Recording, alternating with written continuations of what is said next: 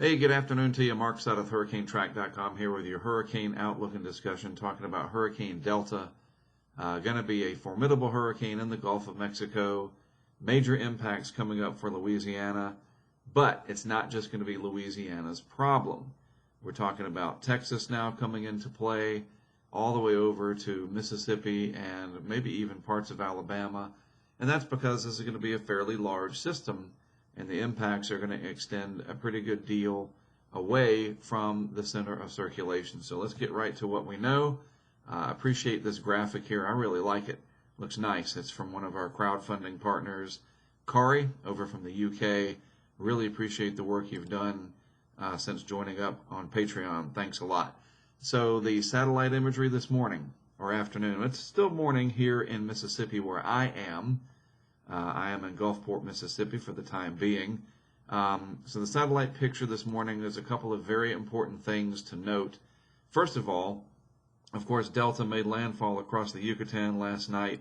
Now it is emerging over the Gulf of Mexico, and it has weakened off of the strong Category 4 that we saw yesterday. A very small 6-mile eye, pinhole eye. Very small central dense overcast. The hurricane itself was generally small. Now it's going to be larger. As I talked about yesterday, what I said would probably happen has in fact happened, and that is that the center became disrupted and everything is spread out. The energy is spread out more, and I think that's going to continue to be the case, and the wind field will expand, and we're going to have a large hurricane. Not exceptionally large, but certainly larger than we had yesterday in the Gulf of Mexico, and that means the impacts are going to affect a lot more people. All right?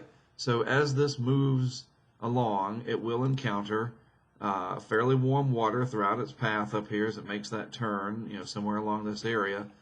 And we're not going to worry about all that, trying to nitpick and figure out exactly what's going to happen.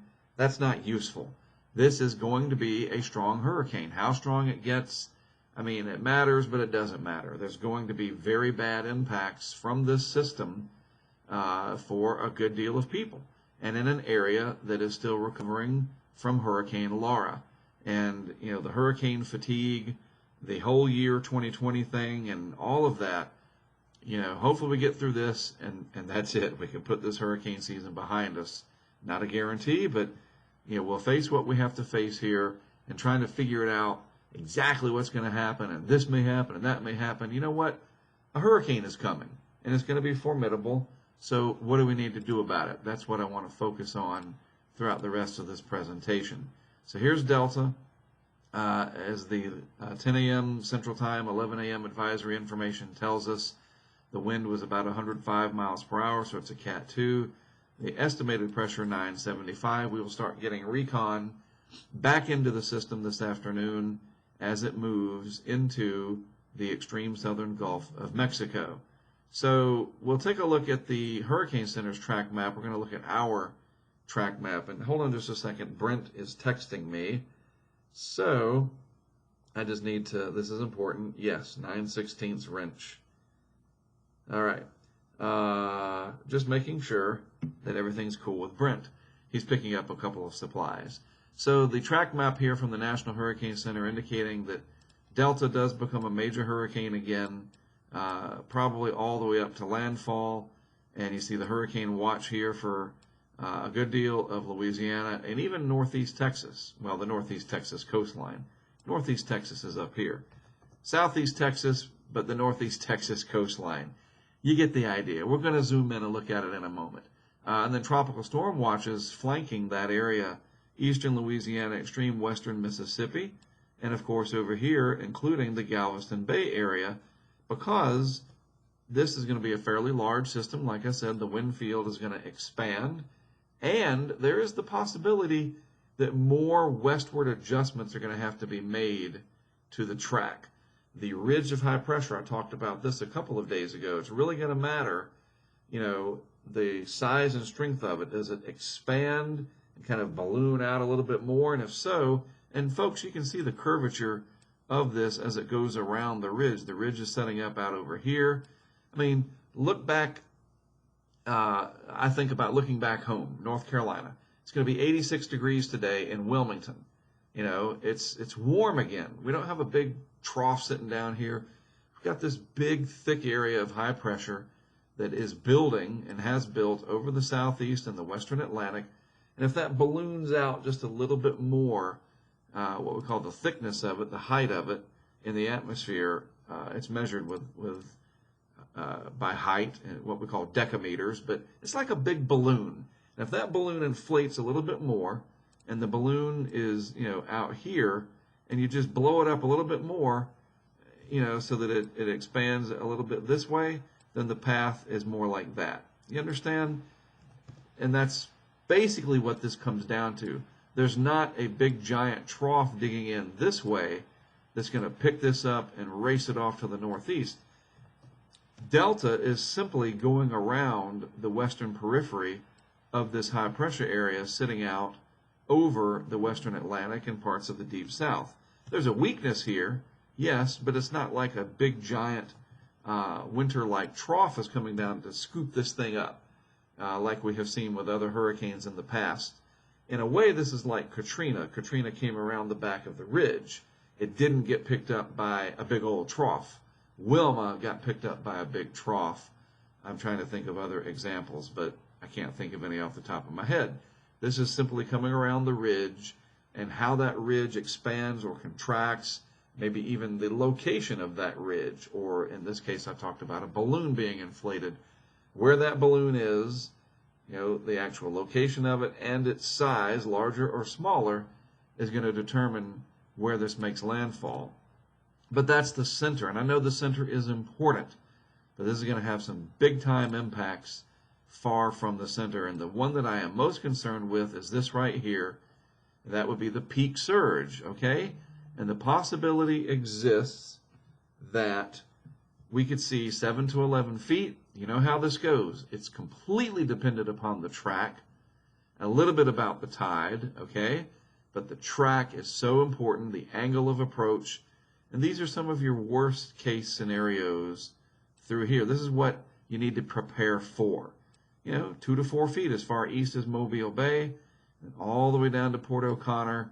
You know, I was just down in the Surfside Beach, Freeport area over here for Beta, and I saw the surge from that.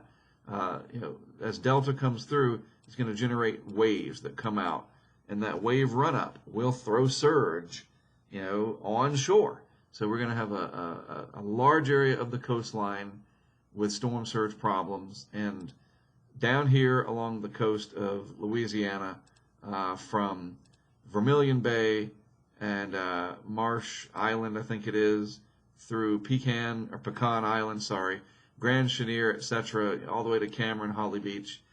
Terrible, just terrible. I mean, I was just speaking to a guy, his name is Alan, and he is a Louisianan.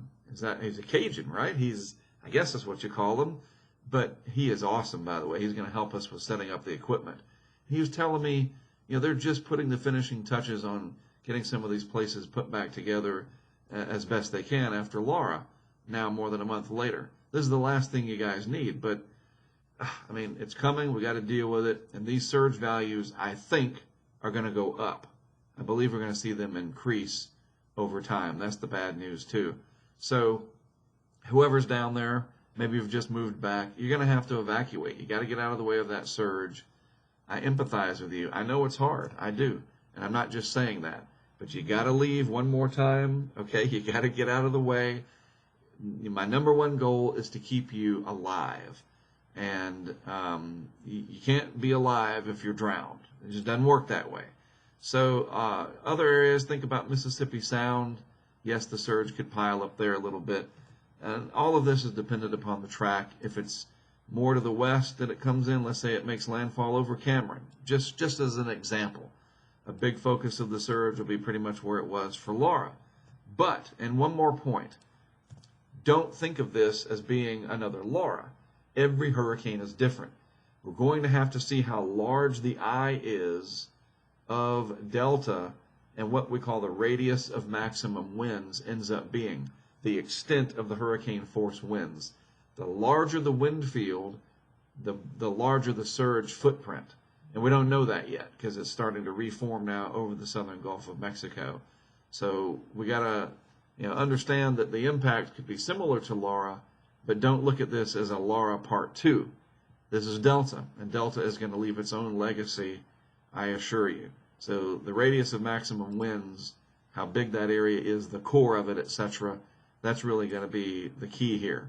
Rainfall, this will be moving fast enough that rain will not be a terrible issue, but you're going to have some freshwater flooding, a few quick rises of streams, creeks, and rivers, and that's especially true inland up here, in the elevated areas.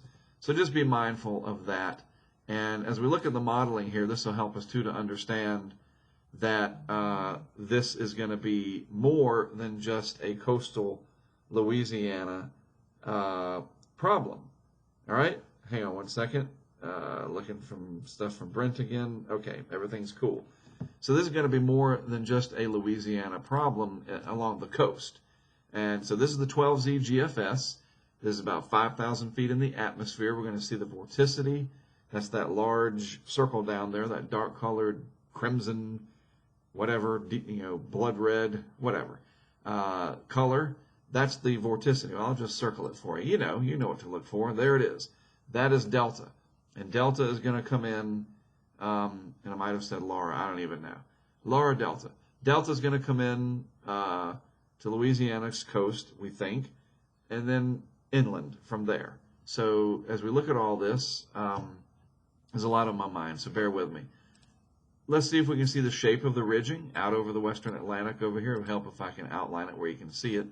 The shape of the ridging out here, how that expands and contracts and affects the track of Delta.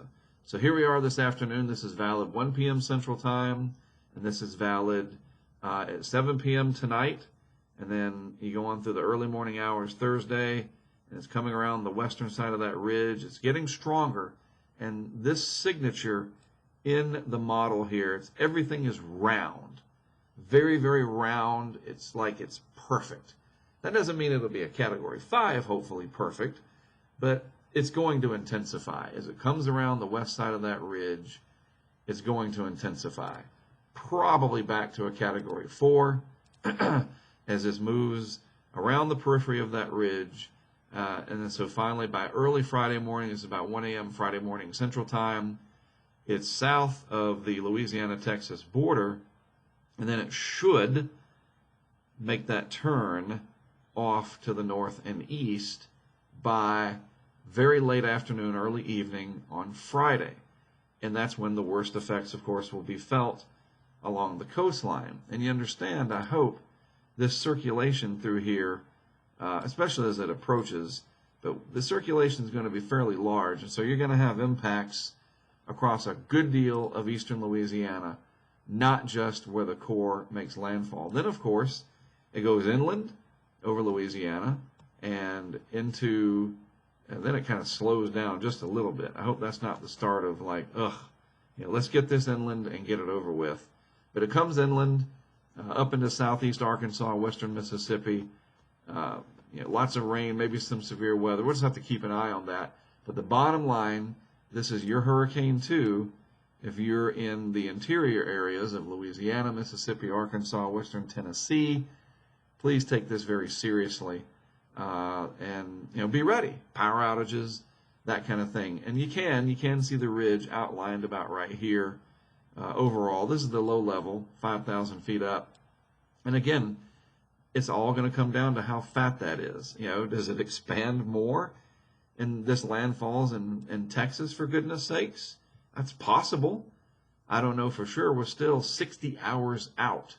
And boy, do we know how things can change in 60 hours. So, that's this model. There's a lot of other modeling out there. We'll get the Euro later today.